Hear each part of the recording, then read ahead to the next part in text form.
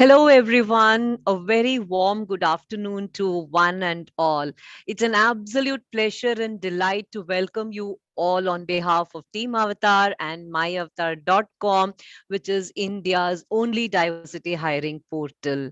Today, we are on the day 8th of our month long celebration of the Diversity Mahotsav.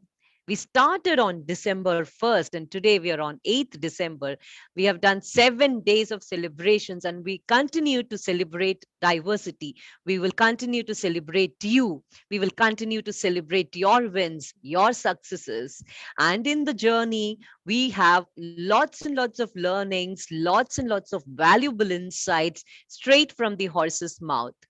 I am Lakshmi Vijay Kumar, and I'm going to be your host for today.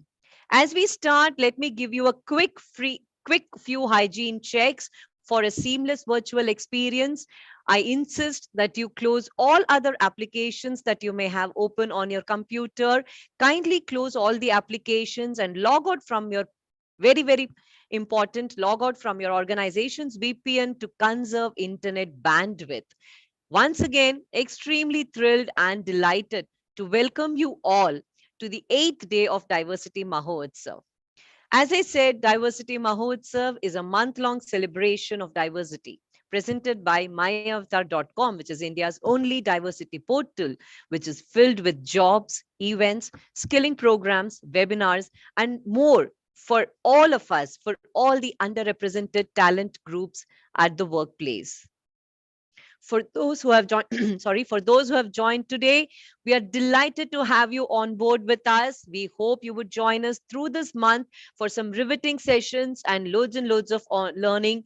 Do stay tuned to the Avatar, the Power of Diversity channel on the YouTube as well for a month-long celebration.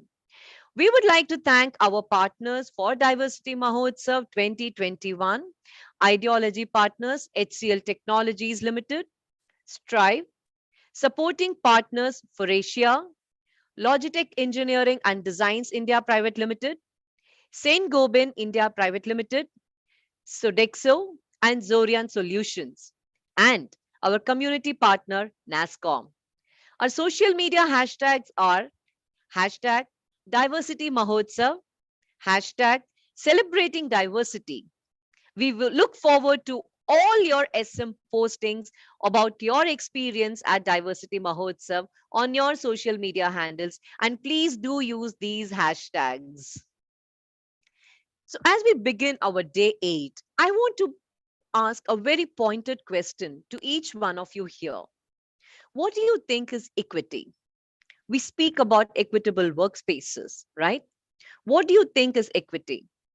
And why is equity important, particularly in the context of workplaces?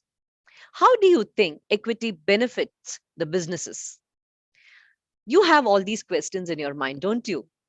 So let's begin our session for the day with the 8th edition of Sound Bites, a series where our founder president, Dr. Soundarya Rajesh, clarifies some of the pertinent questions that she has been addressing on various topics, various aspects of diversity, equity, and inclusion in her 21-year career, 21 years of building equitable workspaces. Yes, my dear audience, you heard it right. In her 21-year-long career of being the subject matter expert in the space of diversity, equity, and inclusion. Dr. Soundarya is an award winning pioneer in the field as she explains the importance of equitable workspaces. Her work in the space of DEI is unparalleled in the country. She's an inspiring speaker. She is an author. Her book, The 99-Day Diversity Challenge, made remarkable rounds in the corporate world. It's still one of the most sought after books. Anybody wanting to understand the nuances of diversity, equity, and inclusion, that's the go to book for that individual. Dr. Soundarya is a sought after DEI strategist. She has won several accolades and awards. To name some, 100 Women Achiever Award, Web Wonder Women, Winds of Change 2019 Award, Women Transforming India Award, Golden Aviator Award, and also Asia's most innovative diversity and Inclusive Leaders Award. So let's hear it from her. Over to you, Dr. Soundarya.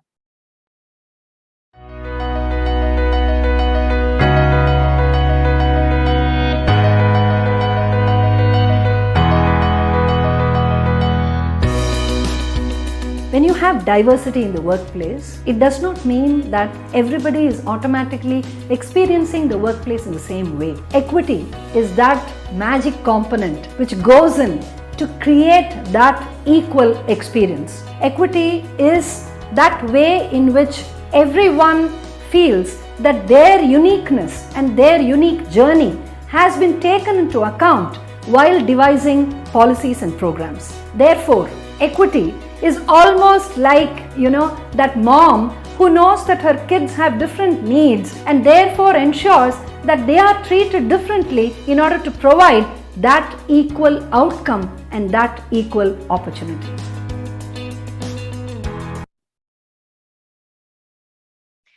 Thank you so much, Dr. Soundarya, for that very interesting note and putting equity in the most simplistic manner, explaining us in the context of our daily lives, particularly from a mother's perspective. Thank you so much for that, Dr. Soundarya. So, my dear audience, have you ever wondered what is language? What do you think is language? Language is a vehicle carrying various emotions, our culture. Language is a transmitter of our individuality. The words that we use shape up not only our thinking, but also our personality. I would like to quote something from Shakespeare. Shakespeare in Hamlet, he says, "My words fly up, my thoughts remain below.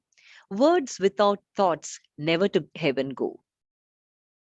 So it's important that the words that we use are imbued with good intent and meaning and well thought through. Yes, language does matter. Language can be a change maker if you leverage it in the right way. I would like to quote another very important quote from an ebook written by Dr. Nandini Murali, Vice President, Learning and Research at Avatar Group. The book is called Language Matters. She says, the distinction between intention and impact is the cornerstone of diversity, equity, and inclusion trainings. If a person has hurt someone, intentions are not as important as the impact. So, my dear friends, this webinar shall focus on language as a powerful tool that can either include or exclude, embrace or disgrace. We are extremely happy and delighted and honored to have Dr. Nandini Murali with us. Dr. Nandini Murali's profile actually runs a few pages. I have tried to keep it as short as possible. She is a certified life coach, a suicide prevention and mental health activist, and a published author. She has a doctorate in gender studies, two postgraduate degrees each in English and psychology, a diploma in journalism, advanced degrees in teaching English as a foreign language from the English and Foreign Languages University, Hyderabad. Dr. Nandini will take us through in the most simplistic manner on the importance of using the right language today. She has more than 2 decades of experience in health journalism as an independent journalist. She nearly has over 30 years of experience in the development sector in the areas of communication, gender, sexuality, masculinities, mental health, and communications. Yes, given Dr. Nandini's vast body of work and expertise in championing intentional inclusion, we know that this session will benefit each one of you, including me, all of us out here, immensely. A very warm welcome to you, Dr. Nandini. Over to you, Dr. Nandini.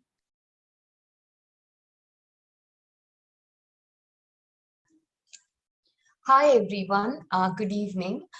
This is Dr. Nandini Murali, Vice President Learning and Research Avatar, and welcome to Diversity Mahotsav. This session is on language matters, a guide to inclusive bias-free language. This is a topic I'm very passionate about, and I hope some of that passion rubs off on you, each of you, by the end of this session. I love this quotation by Beth Dunn.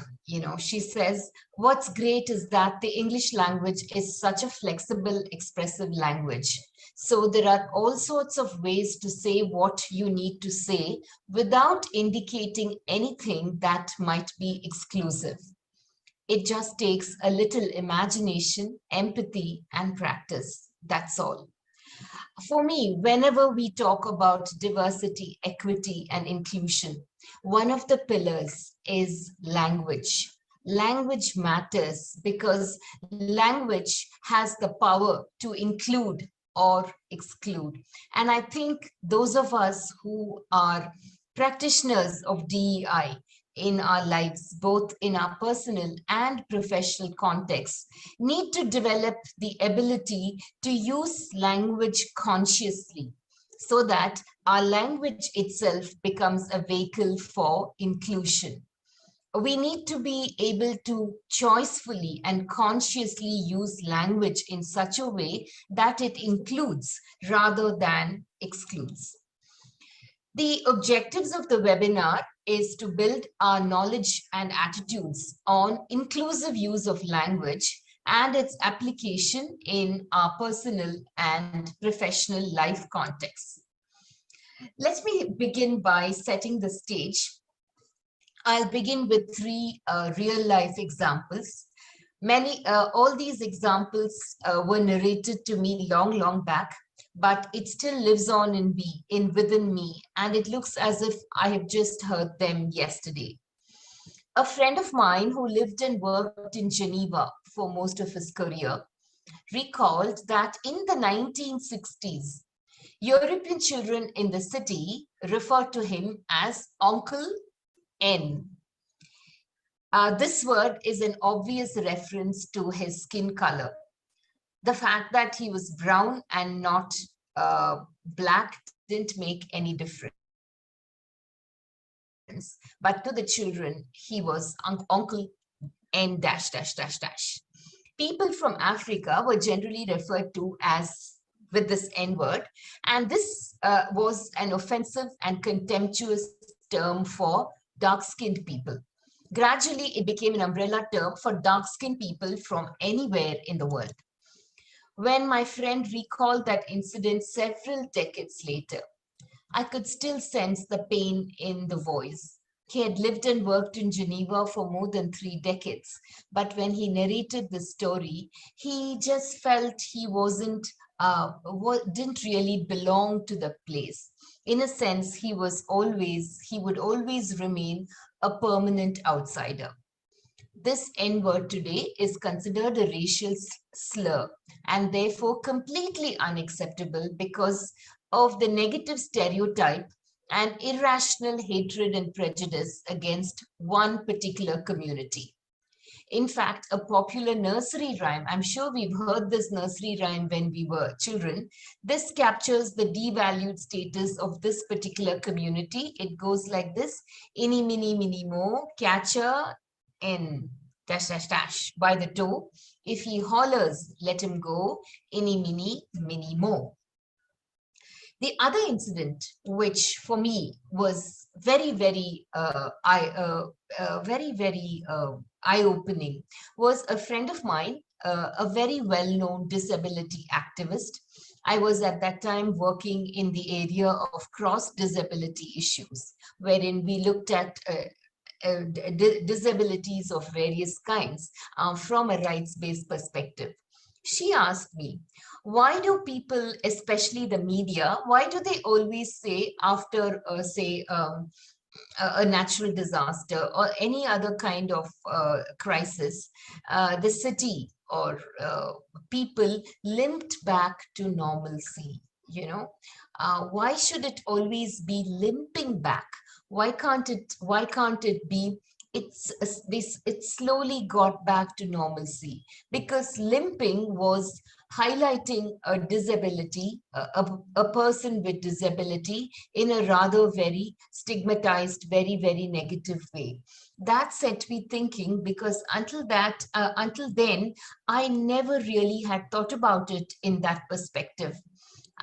That was when I also began to look at this from the perspective of someone impacted or affected by this disability, be it the person themselves or their caregivers.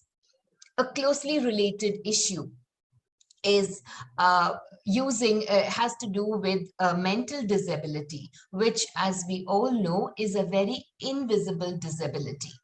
Generally speaking, when you look at a person, you cannot really tell that they have a mental health issue unless it's very, very obvious. But then, how do we refer to people with mental health conditions? Very, very casually. And I think not only adults, I've heard even children mention this casually. This person, that person is mental. He or she is a loose. We very, very, very nicely, we have incorporated an English word, so much so it's become part of our local languages. Loose mental. Or we say, some of us who have a reasonably good vocabulary, these we say, oh, he or she is a schizophrenic. That situation is so schizophrenic, meaning to say that it is very polarized. It's completely divided. There is a clear divide or a barrier. So we say that situation is so schizophrenic. Or we say that person, he or she is a diabetic. So what's wrong with all this, you might ask? What's wrong with it? That's the way most people refer to. What's in a word? But I say there's lots in a word. In the first instance, when we refer to a person when we casually refer to or describe a person as mental, loose, these are pejoratives or insulting term to refer to a person with a mental health condition or a mental health issue.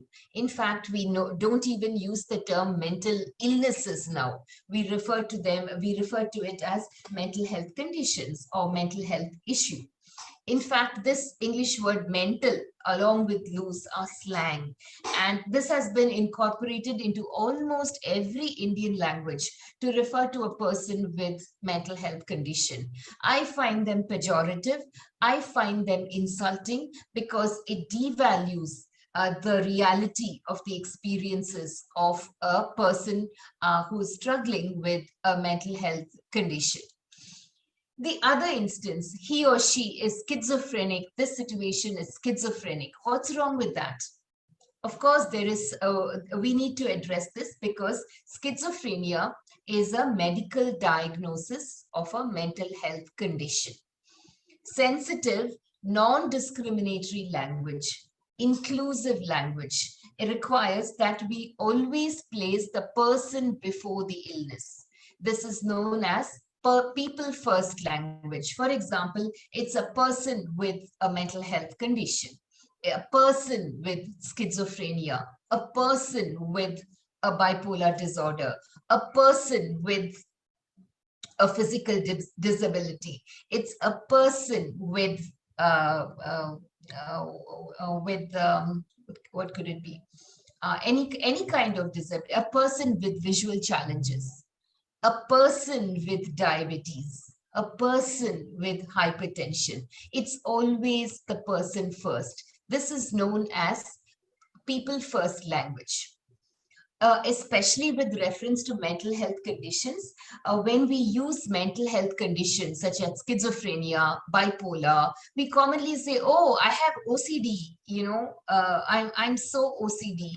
These are all diagnoses. And when we use diagnosis as adjectives or descriptors of people with such conditions, it only adds to the stigma or discrimination experienced by persons with mental health conditions. We all know that mental health is located in a lot of stigma, shame, secrecy, and silence. And when we use language insensitively, it only adds to the stigma, and it makes an already challenging situation even more challenging.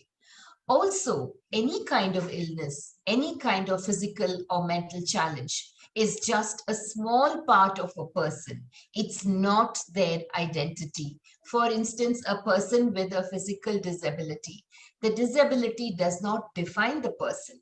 It might be a large part of the person, but there is lots more to the person than just the disability or the illness. And then, of course, again, mental health conditions, for example, are not descriptors of people, events, or situations. Whenever we use language, context matters. Language is deeply entrenched in a context. In fact, if you take away the context, the larger socio-cultural, political context, if you take away the context,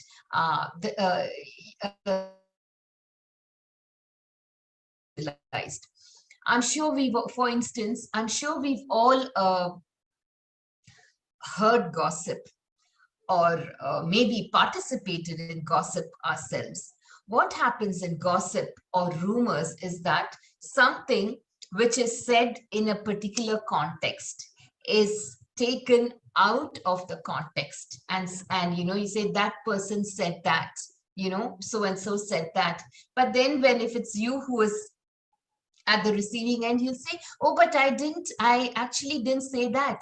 I meant this in a particular context. So therefore, when we use context, we need to be very aware, sensitive, informed, make those very conscious, responsible choices on how we use language. Otherwise, we need to intentionally include people. Otherwise, what happens is if we are not choiceful in our use of language, we unintentionally exclude people. And whenever we use illnesses or medical diagnosis as a descriptor, we are indulging in labeling, discriminating, stigmatizing, and judging the person. All of these behaviors are exclusive and do not promote inclusivity. Again, here, when you refer to a person as he or she is a diabetic, diabetes is a medical diagnosis. On the other hand, an inclusive use of language would put the person first. A person with diabetes, a person with hypertension. It's always the person who has the illness, not the other way. The illness has the person. I love this quotation by Mark Twain. His humor and wit is so inimitable. He says, the difference between the right word and the almost right word is the difference between lightning and a lightning bug. I think that hardly needs any explanation. And so that's how we've got to be so conscious, so responsible, and so choiceful in the way we use language. So what is inclusive language? Why are we making such a fuss about it? So what? What's in a word? To me, everything's in a word. As I said earlier, language is embedded in a larger socio-cultural political ecosystem. Language happens in a larger ecosystem. Without the ecosystem, there can be no language. It's a container. It's a vehicle through which we express and explore our thoughts, feelings, emotions, ideas, experiences. And that reflects and shapes society. So it's obvious that language does not operate in a vacuum. It is embedded in a larger ecosystem. And this very mutually dependent relationship between language and culture.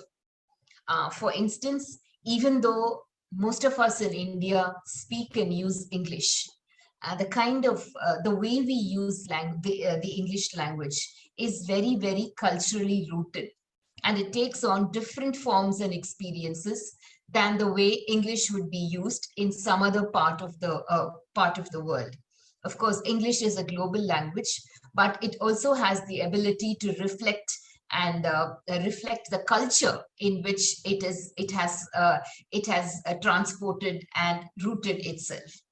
Language is extremely powerful, and through appropriate or inappropriate use of language, we have the ability to build and nurture connections and lasting relationships, or damage and destroy relationships, sometimes forever. So, again, we're talking about inclusive language, and I love these lines by Marlis Hellinger in the book Language and Power. Most people assume that language merely reflects social patterns such as sex and gender role stereotypes. But research in linguistics and social psychology has shown that these stereotypes, gender role stereotypes and sex role stereotypes, are in fact facilitated and reinforced by language. So, language does not passively reflect social and cultural stereotypes, but the way we use language has, reinforces those stereotypes, particularly negative stereotypes. I think we saw that in the examples: mental, loose. When we unthinkingly use such pejoratives, but then we say we sort of tend to escape by saying, "Oh, but I really didn't mean it." My point here is we just can't use those easy excuses and say, "Oh, I really didn't mean it." Because the way we use language, we need to be so careful, because it's not your intention, it's the impact. How does your language impact the other person? Particularly because we live in an increasingly diverse world, either at the workplace or with our friends, or at schools, colleges, universities. We live in an increasingly diverse world. Each of our experiences are different, depending on a host of factors. And the way we use language needs to reflect our commitment to diversity and inclusion very, very choicefully. I love this beautiful quotation. It says, if we don't intentionally include, very important words, if we don't intentionally include, we unintentionally exclude. The power of diversity thrives in a culture of inclusion. And one of the biggest, strongest, and the most powerful ways we can create a culture of inclusion is through conscious, choiceful, appropriate, sensitive, and informed use of language. What do we mean by inclusive language? Inclusion is containing something or someone as part of a whole. Inclusion implies integration, whereas exclusion, when something is excluded or someone is excluded, there is a restriction placed on a certain group or a person or an area or a component. If someone is excluded, they're not allowed to enter the circle. You stand outside. You stand outside the boundary. You just can't come in. You're not admitted into the inner circle. You cannot enter the circle. You can perhaps stand outside the circle, or maybe just stand on the margins. That's what exclusive language does. It positions people on the outside, on the periphery, and a few people, of course, are in the center. So in that sense, when we use exclusive language, we are reinforcing, we are sort of unintentionally abusing power. So that for me is a major cause of concern. So the way we use language has to enable people of diverse experiences feel welcomed, belong, and invited to the center. Imagine a beautiful circle, a huge circle. Some people are inside and some people are outside. And one of the ways you can welcome people, make them feel belong, give them a sense of belonging, is through the use of language. Very sensitive, very, very appropriate use of language. These are a few major distinctions and differences between inclusive and exclusive language. So inclusive means someone or something is integral or an indispensable part of the whole. It's like a jigsaw puzzle. When you find the perfect piece that fits that particular slot, it's integral, it belongs there. And it's just perfect. There's a perfect fit. There is a sense of belongingness. Whereas on the contrast, inclusion and exclusion are polar opposites at either end of the spectrum. On one end of the spectrum, you have inclusive. At the other end of the spectrum, you have exclusion or exclusive. While inclusion is welcoming, warm, accepting, fosters a sense of belongingness. Exclusion is distancing. It's stigmatizing, it's isolating, it's restrictive, it creates barriers, boundaries, and divides, and takes away the joy of completely relating and belonging as a group. Inclusive language is not just I'm sure some of you might even wonder, what's in a word? What's in a language? I mean, it doesn't matter. My intent is not to exclude. It's just that this is the way everyone talks. So why make such a fuss about it? After all, this is, it's like ticking the box. Is that it? But according to me, inclusive language is not just about political correctness. What do I mean by political correctness? Oh, because, everyone uses inclusive language. So I also have to use, because otherwise people will think that, I might not get the brownie points. So let me just tick the box.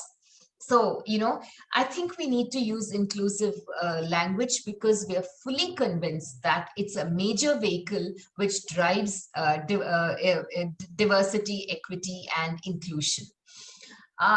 When we use inclusive language, it shows that we respect, value the other person. That for me is the reason why anyone should use inclusive language. And when we use inclusive language, we communicate with respect. We communicate with love. We communicate with accuracy. And if we communicate that I value you as a person, and I value and accept your dignity, irrespective of the differences. You and I may be very, very different, like for instance, North and South Pole, but that doesn't matter. Despite our differences, I still value and respect you as a human being, and that is conveyed through the way I use language. Words matter. Words can hurt. Words can offend. Words can exclude, but words can also include and heal and foster a sense of belongingness. Words can demean if used unconsciously. If by unconscious, I mean if used without awareness. Therefore, we need to be very, very self-aware and choiceful, very, very conscious in the way we use words. Our language can have a significant impact on people. Therefore, it's very important to be mindful how we communicate so that we can create an inclusive, safe, supportive space where we can have truly meaningful conversations. And this is true for the workspace, it's true for your educational spaces, and it's equally true of your personal spaces. For example, these are some very common examples of exclusive language. I'm sure we've all used this term. Don't be so dumb. It's a very, very common expression. But I would be very concerned because it's an exclusive language, because if there is someone with a hearing impairment, which frequently also leads to a speech impairment, that person would feel very insulted because that person's disability is used as a descriptor. You can say, don't be stupid.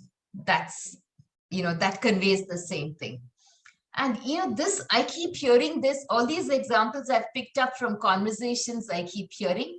For example, supposing you had a very tough examination paper and you say, oh, the examination just raped me. I would consider the use of the word rape here very, very insensitive. I get what is being conveyed, but I think there are equally sensitive very, very appropriate ways of conveying the same thing. Because here, rape is an example of a horrific sexual violence. It's not just applicable to women alone. People of any gender can get raped. And to use rape here in this context is inappropriate. What the person means to say is that the examination was so tough that I was helpless. I didn't know what to do. But in this context, the use of sexual violence as a metaphor, as an imagery, as a visual, as an analogy is inappropriate. Two reasons. One is that it is inappropriate because you can't use imagery of sexual violence in inappropriate context. Second, and to me, this is even more important, supposing there's someone who's been a victim of this horrific sexual violence, that person would feel violated, that person could feel triggered, that person would feel very, very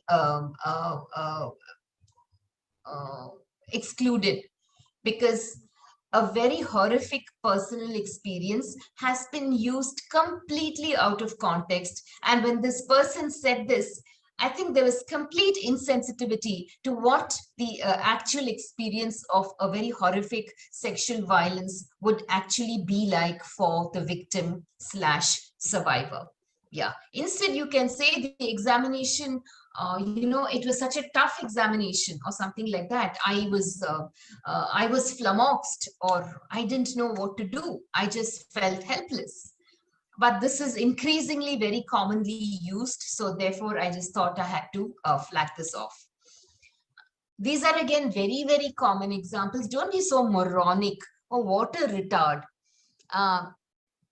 In fact, even in the disability sector, these words are no longer used. Moron and retard refers to persons whose intelligence is below what is considered normal. So therefore, this is considered very pejorative, very insulting for persons with cognitive challenges. But moronic and retard are again, unfortunately, being used increasingly commonly and very, very unthinkingly. Again, this was an example which I talked about earlier. That was such a lame excuse. Once again, lame is highlighting the disability where there is no context for it. So context matters. We need to be very sensitive as to what is the context, the larger context, the ecosystem in which we are using language. That was such a lame excuse, you can say. That was such a silly excuse, or that was a very unconvincing excuse. But again, lame, limping, and even in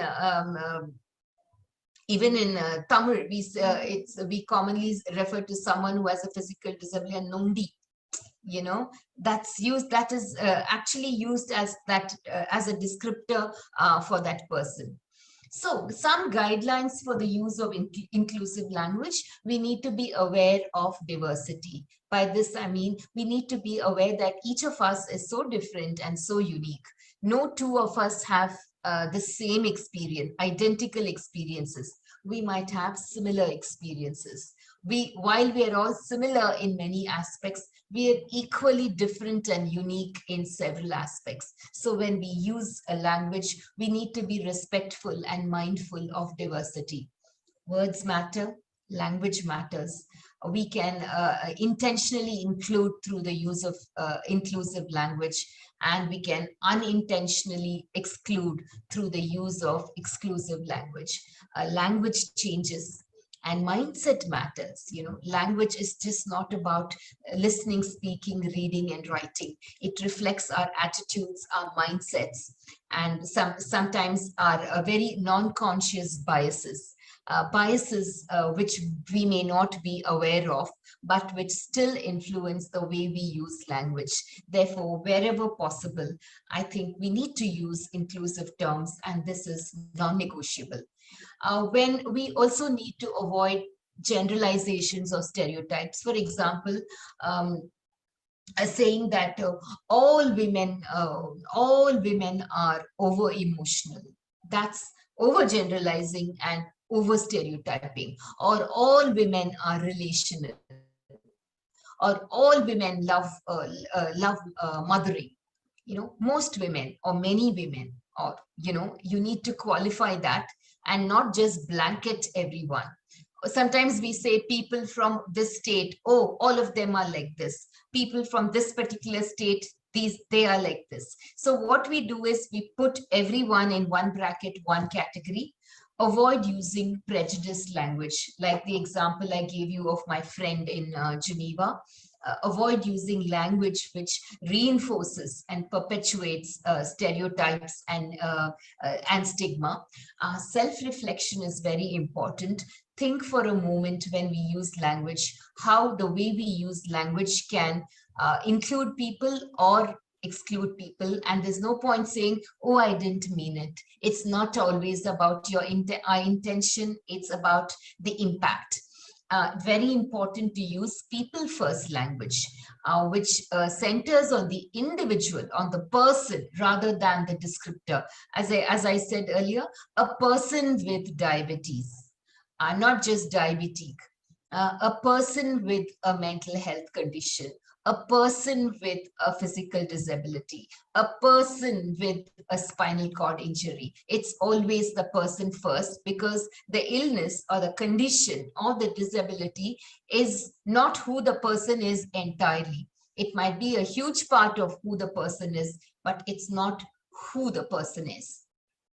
People are more than their illnesses or their disability.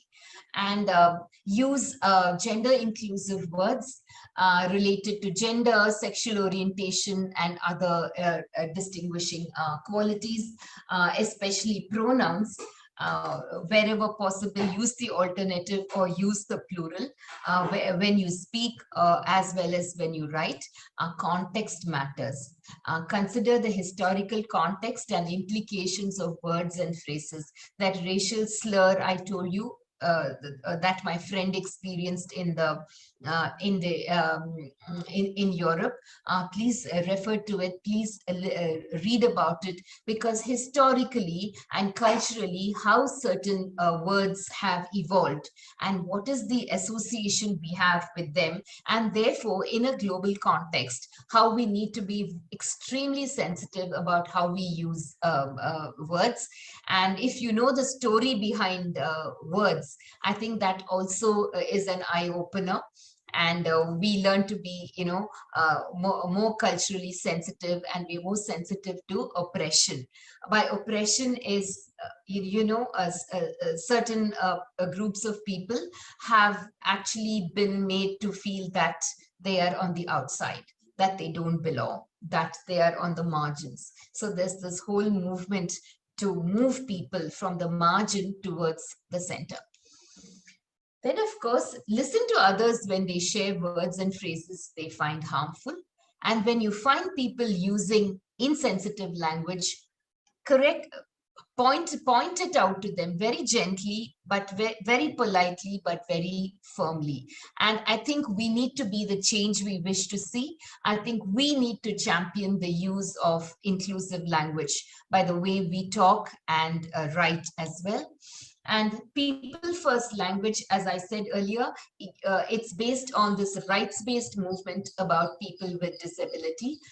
If those of you who work in the disability sector, we all know that across the world, the disability movement has moved from a charity mode. When I was growing up, when you see a person who's visually impaired, they'd be seen in traffic lights and begging, and we'd give them some money. But now we are moving towards skill-based, empowering them with skills, empowering them with abilities, so that they can be gainfully employed. They can, we are moving towards economic empowerment. We are looking at rights not only for people who do not have a disability, but people with disability have the same rights as anyone else. And people first language words reflects our attitudes and perceptions. Sometimes they might be non-conscious. So let's consciously avoid the use of discriminatory, stigma-laden language, because this only reinforces and perpetuates negative stereotypes against people with disability. I've worked for a considerable time, I still do, with in the disability sector, and often people with disability have told me that the biggest barrier they face is not their disability per se, but it's the attitudes of society, it's the attitudes of people towards them. And this attitudinal barrier is the biggest barrier towards inclusion of people with disability and other kinds of diversity. So it's so important that to see the person first, and when we use people a first language, it reflects our need it reflects our ability to treat the other person with dignity, respect, equality, and choice. And it's based on a rights-based framework. Everyone deserves and has the right to be treated with dignity and respect, period. And the use of people first language was spearheaded by persons with disability who collectively said in a loud and clear voice, we are not our disability. We are more than the disability. The disability does not define us, although it might be a huge part of who we are and what we do. There are a few quick examples of inclusive. How do we use inclusive language at the workplace? For instance, instead of saying ladies and gentlemen, guys and gals, you can say colleagues, team, people. Because in the example on the right, people who do not self-identify as women or men, girls or boys, might feel intentionally excluded. So say colleagues, you can say team, say people, friends, whatever. Maternity and paternity leave. Instead of that, a more inclusive phrase would be parental leave.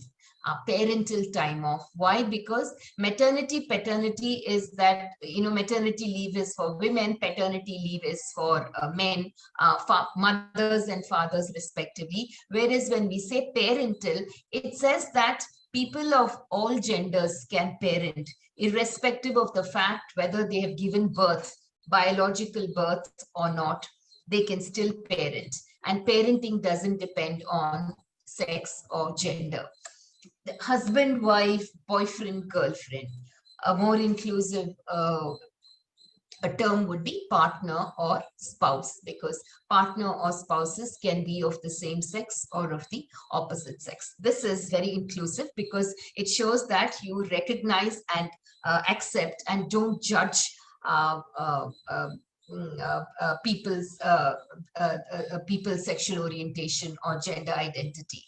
What are your preferred pronouns? This is a word question I keep hearing so often. Instead, a sensitive, informed way of asking me, what pronouns do you use? Preferred pronouns, it tells me that, whether I self-identify as a man, woman, or, in between, or a combination of all this is a lifestyle choice. But here I'm saying it's what pronouns do you use? It's I'm respecting you. I respect your choices, and I don't want to know why you made those choices, but I'm asking you, what pronouns do you use? The other one, Ms., Mr., Mrs. These words came about because Mrs. indicates marital status for a woman, that a woman is married, in a way that Mr. doesn't indicate. Hence, therefore, people in the 70s, the women's movement said we could use Miss for women.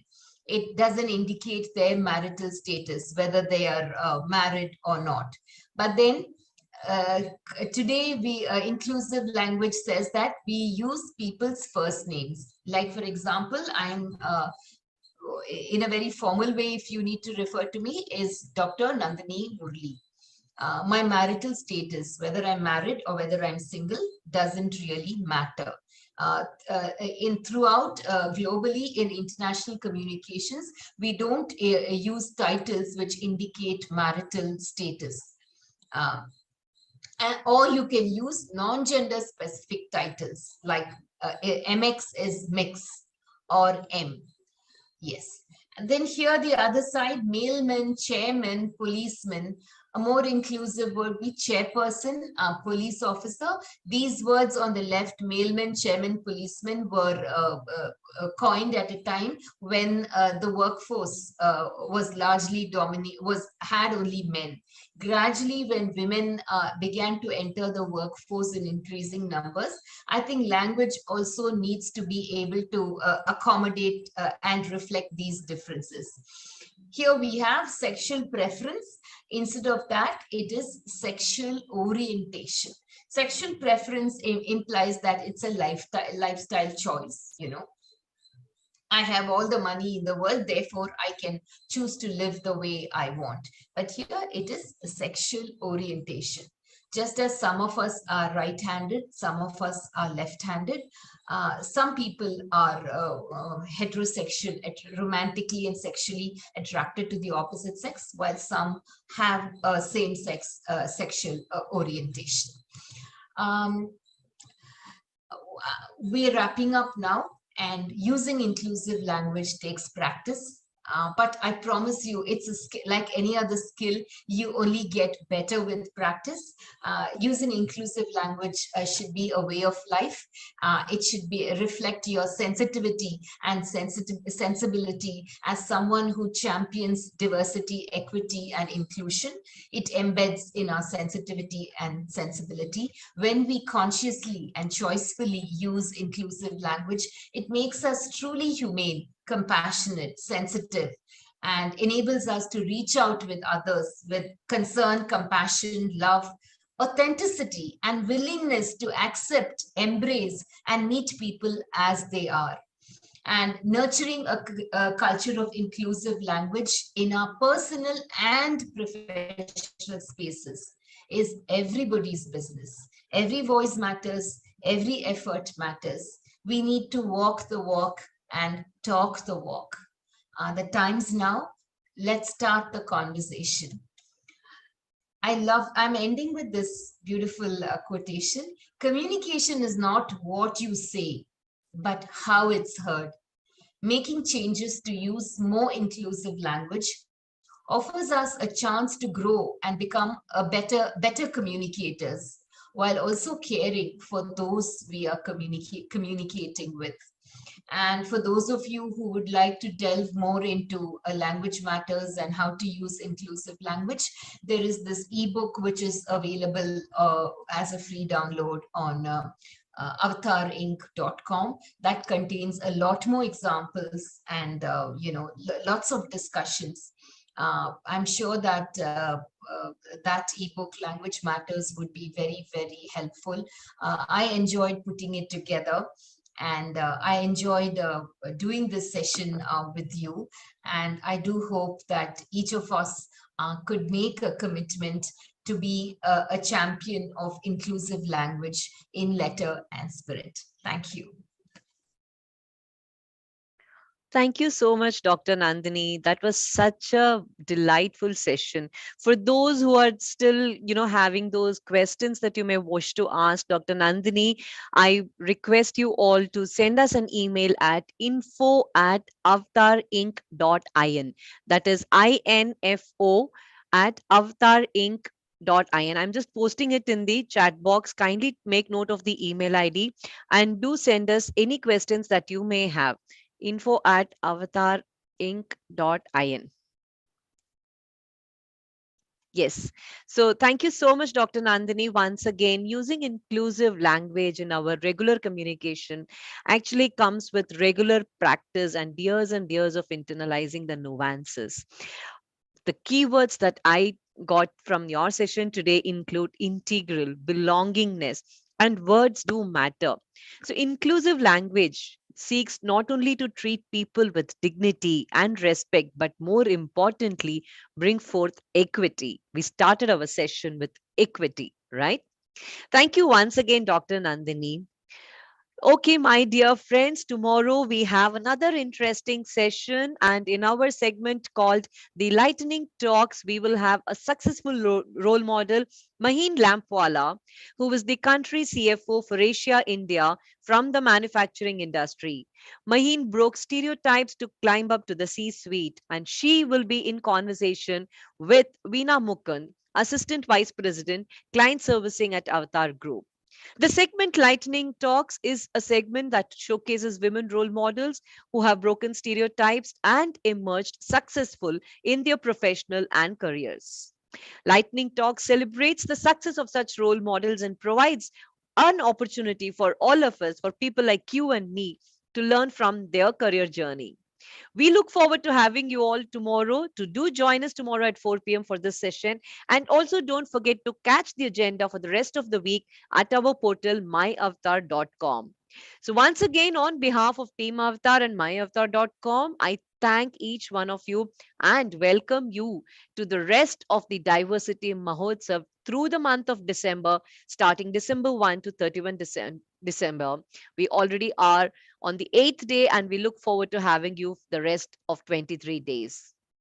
We would like to thank our partners, Ideology Partners, HCL Technologies Limited and Strive, supporting partners for Asia, Logitech Engineering and Designs India Private Limited, Saint Gobain India Private Limited, NASCOM, and Zorian Solutions, and our community partner, NASCOM.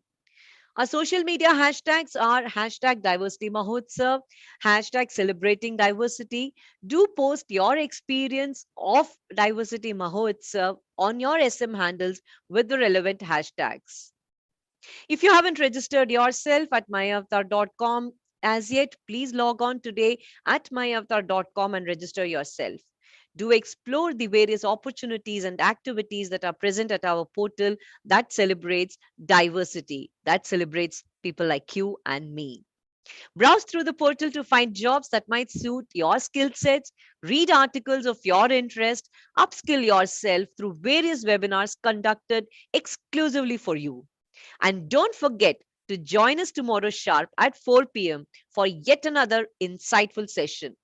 You can also view the Diversity Mahotsav series on our YouTube channel, Avatar the Power of Diversity. The link is posted on the chat box. In case if you have missed any of our previous sessions, please do click on the YouTube link to watch our previous episodes.